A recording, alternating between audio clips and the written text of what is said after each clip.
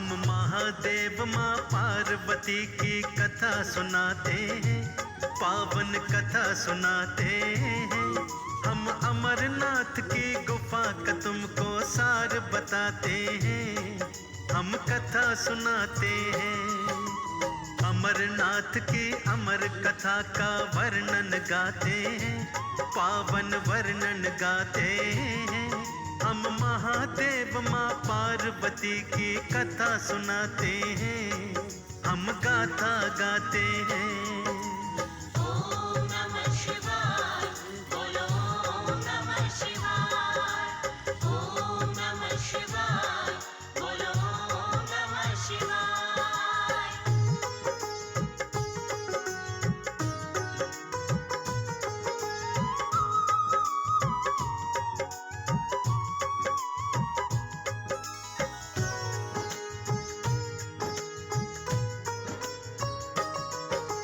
अमरनाथ की अमर कहानी आज सुनाते हैं, बर्फानी बाबा के दर्शन आज कराते हैं। अमरनाथ के अमर कबूतरों से मिलवाएंगे, कैसे अमर हुए वो कबूतर आज बताएंगे। ध्यान लगा के कथा को सुनना आएगा आनंद, योनि योनि से आवागमन के कट जाएंगे पंद। किस कारण शिव पार्वती को गुफा मिलाते हैं, किस कारण डम डम डमरू की ध्वनि फैलाते हैं। किस कारण से शिव शंकर जी क्रोध में आते हैं, भक्तों क्रोध में आते हैं। हम अमरनाथ की अमर कथा का वर्णन गाते हैं, हम कथा सुनाते हैं। ओम नमः शिवाय, बोलो ओम नमः शिवाय। ओम नमः शिवाय, बोलो ओम नमः शिवाय।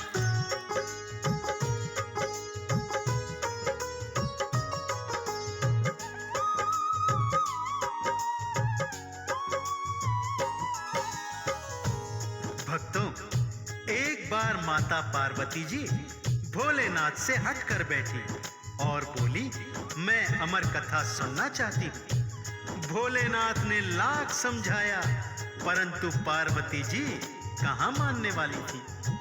अड़ गई थी अपनी हट पर कि मैं तो अमर कथा सुनकर ही रहूंगी।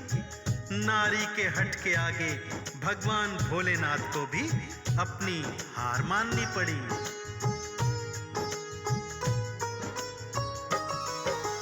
पार्वती को शिव शंकर समझा के हार गए, जितने तरीके अपनाए वो सब बेकार गए।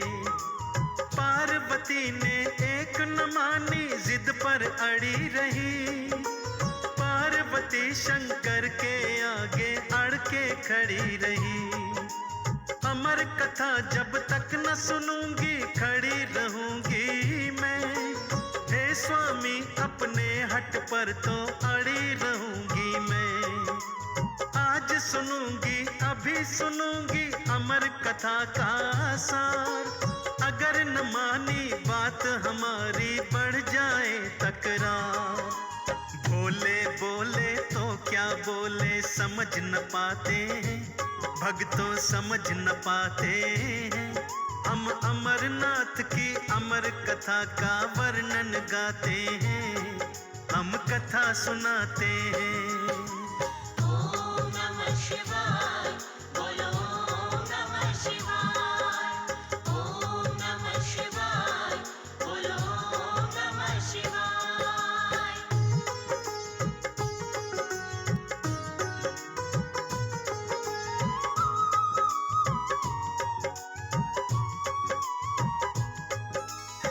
भोलेनाथ को लगा कि अब पार्वती को समझाना बेकार है। नारी हट के आगे भगवान भोलेनाथ भी हार मान लेते हैं भक्तों, और कहते हैं, पार्वती अमर कथा सुनाने के लिए यह स्थान उचित नहीं है। पार्वती कहाँ सुनने वाली थी, उनको झटक कर बोली, हमें कुछ नहीं पता उचित अनुचित, हमको तो बस अमर कथा सुननी है, चाहे यहाँ सुनाओ चाहे वहां।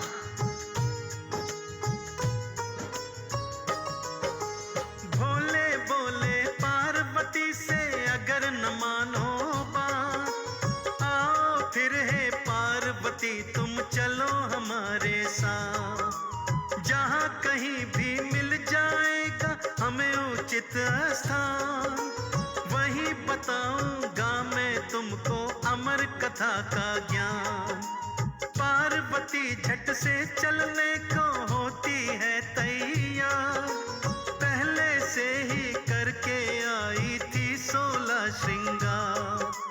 गणपति नंदी पार्वती और चले हैं भोलेनाथ, ना नंदी ना गणपति जी को पता है कोई बात।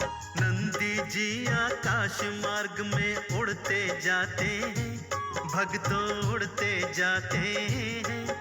हम अमरनाथ की अमर कथा का वर्णन गाते हैं, हम कथा सुनाते हैं। ओम नमः शिवाय, बोलो ओम नमः शिवाय। ओम नमः शिवाय, बोलो ओम नमः शिवाय।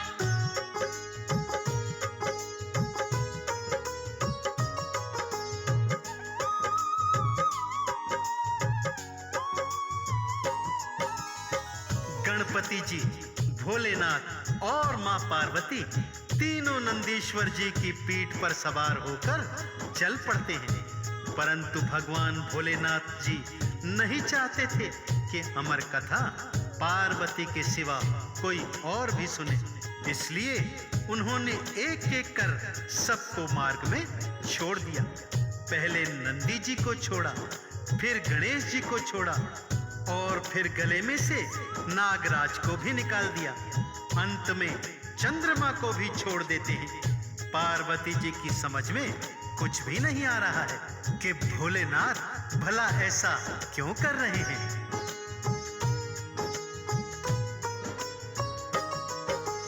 पार्वती रह गई अकेली, कोई रहा ना साथ। पार्वती को लेके चल पड़े आगे भोलेनाथ। ढूंढ रहे हैं भोलेनाथ जी कोई उचित स्थान, जहाँ न कोई सूक्ष्म जीव हो ना कोई इंसान। जलचर नभचर थलचर कोई जहाँ न आता हो, जगह हो वो वीरान ना किसी जीव से नाता हो। पार्वती को लेकर के एक गुफा में जाते हैं, चारों दिशा में भोलेनाथ फिर नेत्र घुमाते हैं। गुफा के अंदर डम डम डम डम डमरू बजाते हैं, भोले डमरू बजाते हैं। हम अमरनाथ की अमर गुफा का वर्णन गाते हैं, हम कथा सुनाते हैं। ओम नमः शिवाय, बोलो ओम नमः शिवाय। ओम नमः शिवाय, बोलो ओम नमः शिवाय।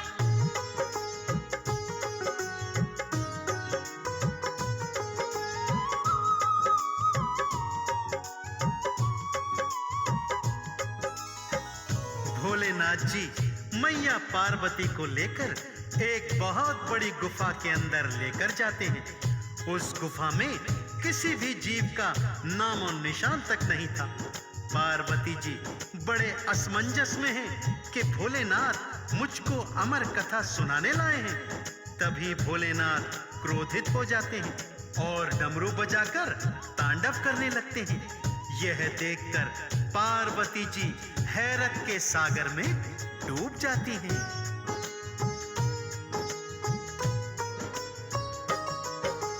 डम डम डम डम डमरू की धुन गूंज रही आकाश। सहमी सहमी खड़ी पार्वती भोलेनाथ के पास। कभी डमरू कभी शंख बजाए, कभी उठे त्रिशूल। पार्वती जी अमर कथा की बात गई थी भूल। डम डमरू की ध्वनि ऐसी गूंजी गई दिशाएं कांप। वहां रहे ना सूक्ष्म जीव और रहे न बिच्छू सांप।